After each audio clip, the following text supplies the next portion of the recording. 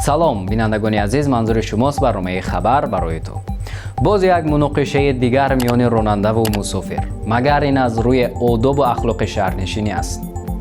дар санаи 7 март дар як қатор шабакаҳои иҷтимоӣ наворе нашр шуд ки боиси шармандагист. дар он як ронандаи троллейбус бо як мусофири солхӯрда дағалона рафтор мекунад. муайян карда шуд ки ба истилоъ қаҳрамони ин навор ронандаи троллейбуси рақами 9 сокини пойтахт Наҷмиддинов Алишер Гулмуродович будааст. баъди ба шӯъбаи милитсия бурда шуданаш аз кирдори худ пушаймон шуда аз мусофираш бахшиш хостааст. аммо чуноне ки мегӯянд, пушаймонӣ суд надорад.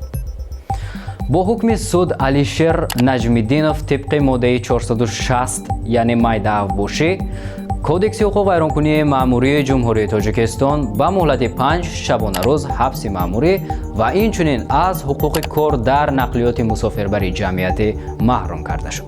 пас аз ин воқеа раёсати вазорати корҳои дохилӣ аз мусофирон хоҳиш мекунад ки меъёру қоидаҳои ахлоқиро дар вақти истифода аз нақлиёти ҷамъиятӣ риоя намуда бо рафтори ғайриахлоқиашон ронандагони нақлиётҳои ҷамъиятиро нороҳат накунанд.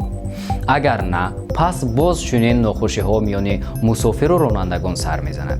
раёсати вазорати корҳои дохилӣ қайд мекунад ки ба далели зиёд шудани муноқиша байни мусофирон, ронандагон ва кондукторҳо, кормандони милитсияи пойтахт ҷиҳати беҳтар намудани сифати хизматрасонӣ ба мусофирон ва пешгирии ҳолатҳои ҷиддии нақси қоидаҳои ҳаракат дар роҳ корҳои назоратӣ ва фаҳмондадиҳиро пурзур намуда истоданд.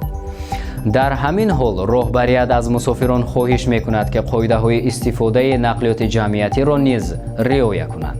тамошобини азиз, худ фикр кун, чаро ҷавонони мо зуд асабӣ мешаванду ҳам бо калонсолон ва ҳам бо хурдсолон баҳсу муноқишаро сар мекунанд. фикрҳои худро дар комментария нависед.